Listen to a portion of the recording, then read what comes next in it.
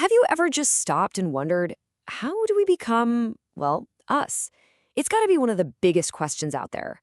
For more than a century, some of the greatest minds have been on this epic quest to find the answer, to try and draw a map for that incredible journey from a helpless baby to a complex adult. So today, let's unpack the blueprints they came up with. Everything, and I mean everything, starts right here. Think about it. A baby deer is up and walking within minutes of being born. A human baby? Not so much. We are born completely and utterly helpless. But this profound dependence isn't a flaw. It's the starting point. It's the central problem that every single theory of development is trying to solve. So that's our big question. How do we get from that state of total reliance on others to being the people we are today? Over the years, thinkers have proposed a few really different maps to explain this transformation, and each one gives us a totally unique window into this amazing journey. Okay, so our first stop on this quest isn't going to be looking at the world around us. Instead, we're going inward. The first major attempt to map this journey looked deep into the hidden, churning depths of the human mind itself. And this brings us to a name you've probably heard, Sigmund Freud. He came forward with this idea that was pretty radical for its time.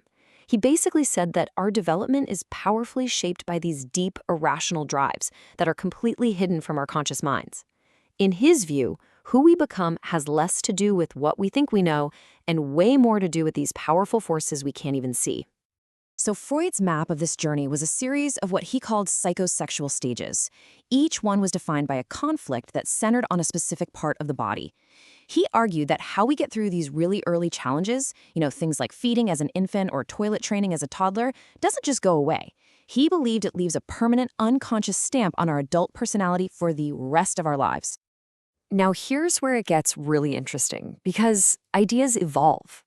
A theorist named Erikson took what Freud started and built something much bigger. He was like, okay, Sigmund, these childhood conflicts are definitely crucial, but I think it's about more than that.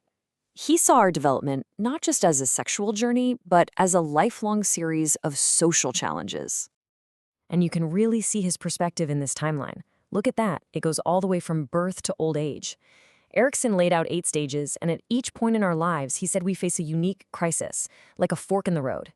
And the way we resolve each one, whether it's an infant learning to trust the world or a teenager trying to figure out who they are, sets the stage for how we're going to face the next big challenge. Let's just take that very first stage to see how it works. An infant is 100% dependent.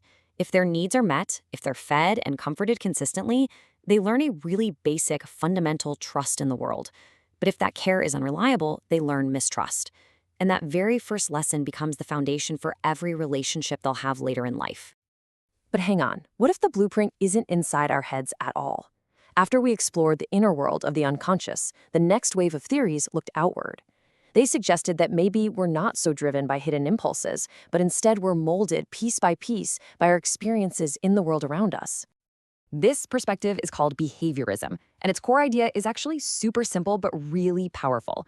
It says that development isn't about climbing through a set of internal stages. Nope.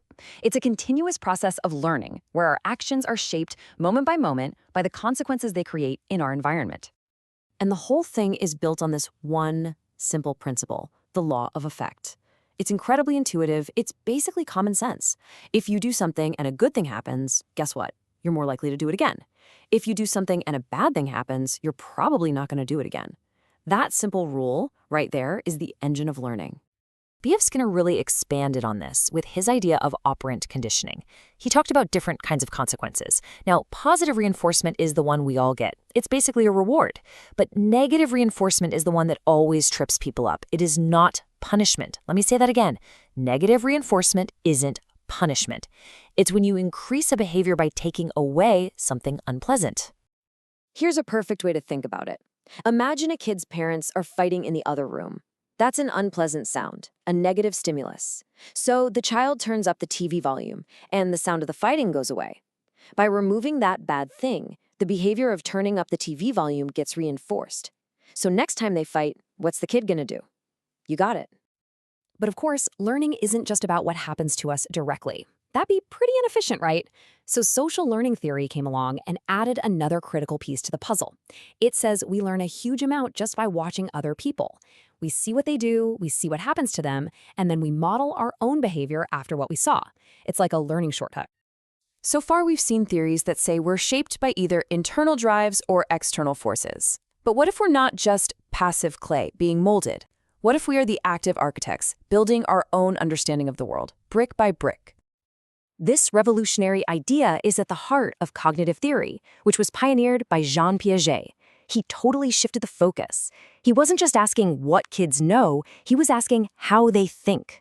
For Piaget, development is the story of our thought processes literally changing, which in turn changes the very way we construct our reality. Piaget believed we all climb this staircase of cognitive development. We start at the bottom, understanding the world only through our senses and actions. Then we move up a step and start using language and imagination. A little later, we can apply logic, but only to real, concrete things. And finally, we reach the top where we can think about abstract ideas. Each step is a massive, fundamental shift in how our minds work. So we've looked deep inside the mind, and we've looked at our immediate environment. But what happens if we need to zoom out even further? The next theory argues that you just can't understand a person's development without understanding the entire cultural world they're living in. This whole perspective was championed by Vygotsky. He argued that learning isn't something a kid does alone in a corner. It's something they do with other people. For Vygotsky, development is fundamentally a social process, born from that dynamic back-and-forth interaction between a person and their culture. The key concept here is something called participation directed. And the best way to think about it is like an apprenticeship. The veterans of a culture, parents, teachers, older siblings, they guide the novices, the kids, through all the skills and activities that their culture thinks are important. So learning isn't just information being downloaded into a brain. It's co-created in this shared collaborative process. So now we have all these powerful and kind of competing maps, right? One of the unconscious mind, one of the environment, one of our thinking, and one of our culture. But what if the real answer isn't about choosing just one? Modern perspectives try to bring all these ideas together to create a much more complete, holistic picture of who we are. And Yuri Bronfenbrenner's model shows this perfectly. He saw our development happening inside a set of nested systems, kind of like those Russian nesting dolls. At the very center, there's the individual. The next layer out is their immediate world, family, school. Then you have the wider community. And then the biggest, outermost layer is the entire culture with its values and laws. All of these layers are constantly interacting and shaping us. And this really brings us to how we see development today.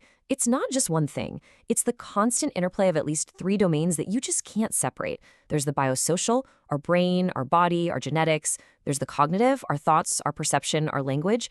And there's the psychosocial, our emotions, our personality, our relationships. You can't fully understand one without looking at the others. So we end up right back where we started. We have all these incredible, detailed maps for the human journey. Freud's map of the unconscious, the behaviorist's map of the environment, Piaget's map of the mind, Vygotsky's map of culture.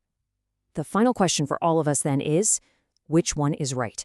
Or maybe, just maybe, the true human blueprint isn't found on any single one of these maps, but in the complex, messy, and absolutely fascinating ways they all overlap.